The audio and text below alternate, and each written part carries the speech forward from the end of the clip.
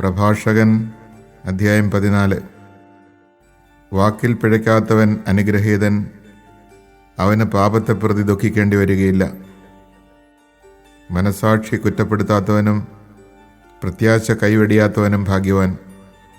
ലുബ്ധൻ സമ്പത്തർഹിക്കുന്നില്ല. അസൂയാലുവിന് സമ്പത്ത് കൊണ്ട് എന്ത് പ്രയോജനം? സ്വന്തം കാര്യത്തിൽ പിശുക്ക് കാണിക്കുന്നവൻ്റെ സമ്പത്ത് അന്യർക്ക് പോകും. അവർ അതുകൊണ്ട് ആഡംബരപൂർവ്വം ജീവിക്കും. തന്നോട് തന്നെ പിശുക്ക് കാണിക്കുന്നവൻ ആരോടെങ്കിലും ഔദാര്യം കാണിക്കുമോ?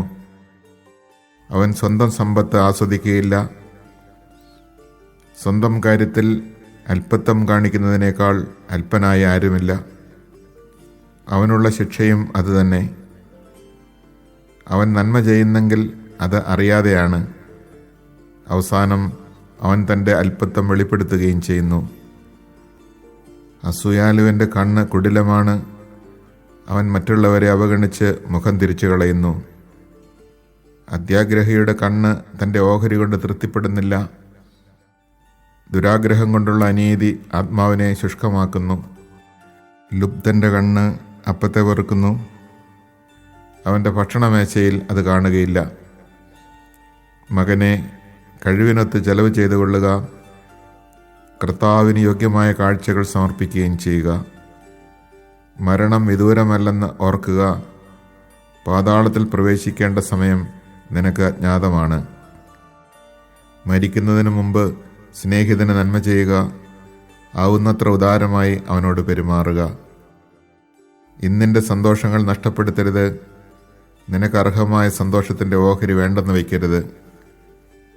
നിന്റെ പ്രയത്നത്തിൻ്റെ ഫലം മറ്റുള്ളവർക്ക് വിട്ടിട്ട് പോവുകയും നീ അധ്വാനിച്ച് സമ്പാദിച്ചവ അവർ പങ്കിട്ടെടുക്കുകയും ചെയ്യുകയില്ലേ? കൊണ്ടും കൊടുത്തും ജീവിതം ആസ്വദിക്കുക. പാതാളത്തിൽ സുഖം അനുഭവിക്കാൻ കഴിയുകയില്ല. ജീവനുള്ളതെല്ലാം വസ്ത്രം പോലെ ജീർണിക്കും. നീ മരിക്കണമെന്നാണ് ആദിയിലെയുള്ള നിയമം. തഴച്ചു വളരുന്ന വൃക്ഷത്തിൽ കൊഴിയുകയും വീണ്ടും തളിർക്കുകയും ചെയ്യുന്ന ഇലകൾ പോലെയാണ് മനുഷ്യൻ്റെ തലമുറകൾ. ഒരുവൻ മരിക്കുന്നു, മറ്റൊരുവൻ ജനിക്കുന്നു. ഉൽപ്പന്നങ്ങൾ ജീർണിച്ചില്ലാതാകും, അവയുണ്ടാക്കിയ മനുഷ്യരും.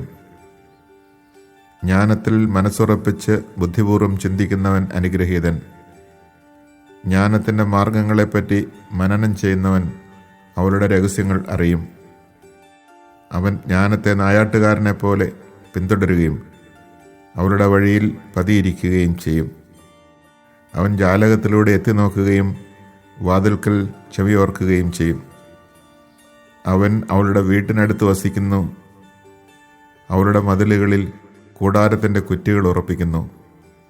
അവൻ അവളുടെ സമീപത്ത് കൂടാരമടിക്കുന്നു. അതിനാൽ അത് മനോഹരമായ പാർപ്പിടമാണ്. അവൻ തൻ്റെ സന്താനങ്ങളെ അവളുടെ തണലിലിരുത്തുകയും അവളുടെ ശാഖകളുടെ കീഴിൽ പാർക്കുകയും ചെയ്യുന്നു. അവൾ അവന് വെയിലിൽ തണലേകുന്നു. അവളുടെ മഹത്വത്തിൻ മധ്യേ അവൻ വസിക്കുകയും ചെയ്യുന്നു.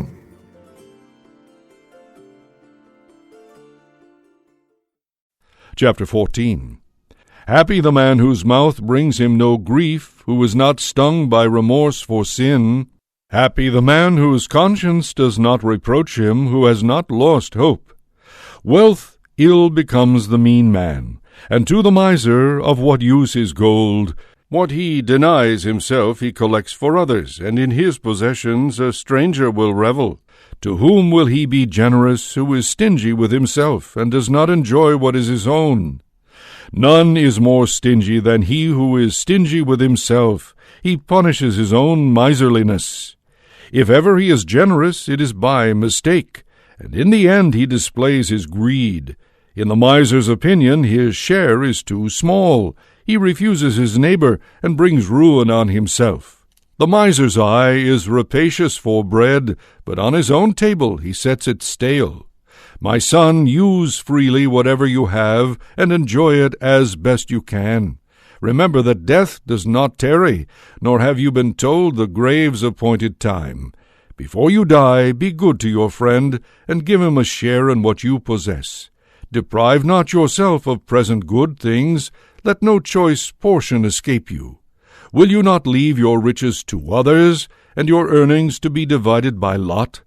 Give, take, and treat yourself well, for in the netherworld there are no joys to seek. All flesh grows old like a garment. The age-old law is, all must die. As with the leaves that grow on a vigorous tree, one falls off and another sprouts, so with the generations of flesh and blood, one dies and another is born. All man's works will perish in decay, and his handiwork will follow after him.